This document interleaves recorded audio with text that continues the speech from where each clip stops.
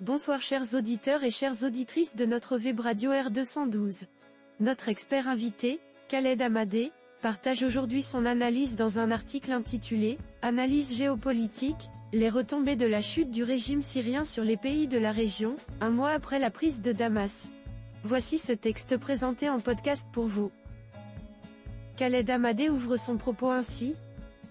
Un mois après la chute du régime syrien d'Assad, les retombées géopolitiques se font déjà ressentir à travers le Moyen-Orient.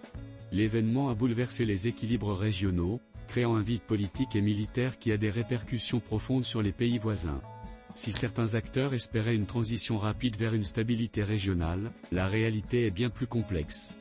De la situation au Liban à l'impact sur la Jordanie, l'Irak, l'Égypte et l'Arabie Saoudite, cette analyse cherche à évaluer l'état actuel et les défis à venir, à travers une lente reconstruction géopolitique qui pourrait encore durer.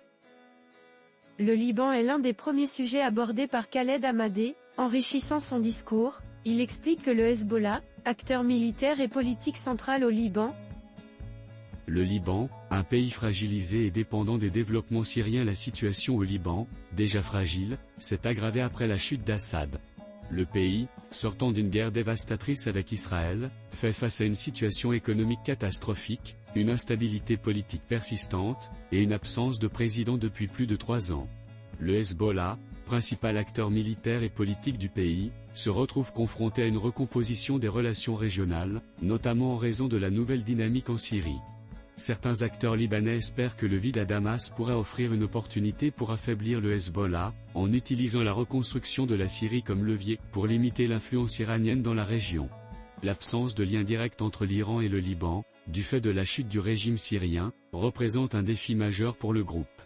Plus de 1,5 million de réfugiés syriens vivent actuellement au Liban, représentant environ 30% de la population. Le taux de chômage au Liban a doublé, atteignant près de 25% au cours de l'année dernière. En explorant la situation en Jordanie, Khaled Hamadeh souligne les pressions démographiques croissantes et les craintes de nouveaux déplacements de population ainsi. La Jordanie, une pression démographique et une crainte de nouveaux déplacements. Un mois après la chute d'Assad, la Jordanie fait face à une pression démographique croissante. Avec l'accueil de plus d'1 million de réfugiés syriens, le pays, déjà confronté à une situation économique difficile, voit ses ressources et infrastructures mises à rude épreuve. L'angoisse des autorités jordaniennes est désormais dirigée vers un éventuel exode des Palestiniens de Cisjordanie, ce qui pourrait exacerber les tensions internes et sociales.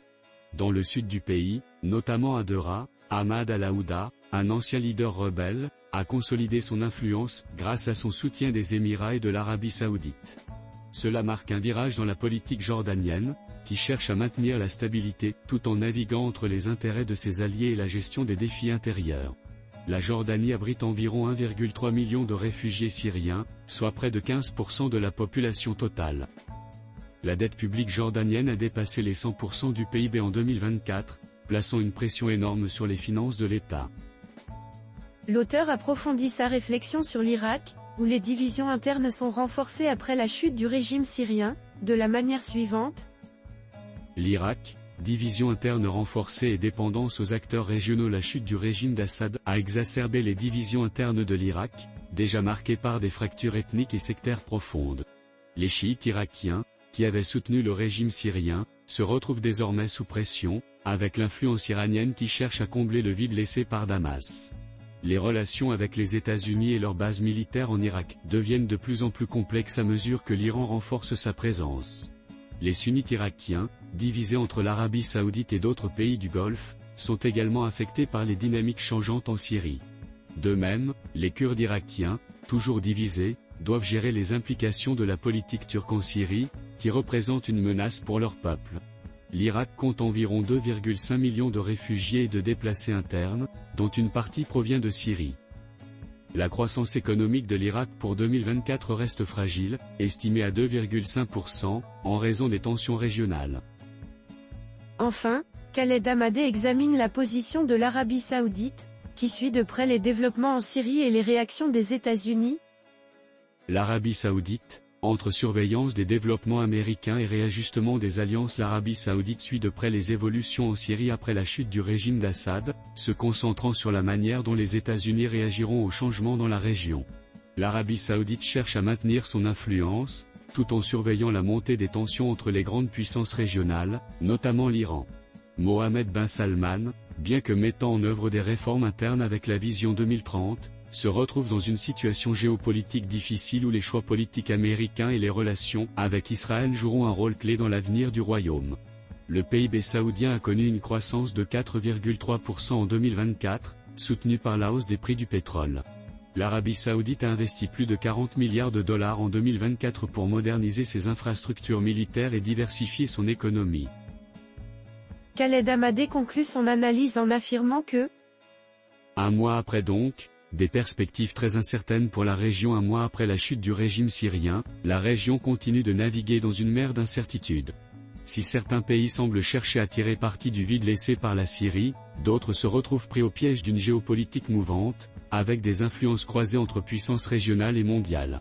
Le Moyen-Orient, toujours aussi complexe, ne semble pas encore prêt pour une stabilité durable. Les mois à venir seront décisifs pour les relations entre ces nations et pour l'orientation géopolitique future de la région. Chers auditeurs et auditrices, merci d'avoir suivi cette analyse de Khaled Amadé sur notre web radio R212.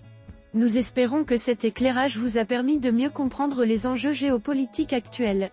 À très bientôt pour de nouvelles réflexions et découvertes. Avec toute notre gratitude, l'équipe de R212.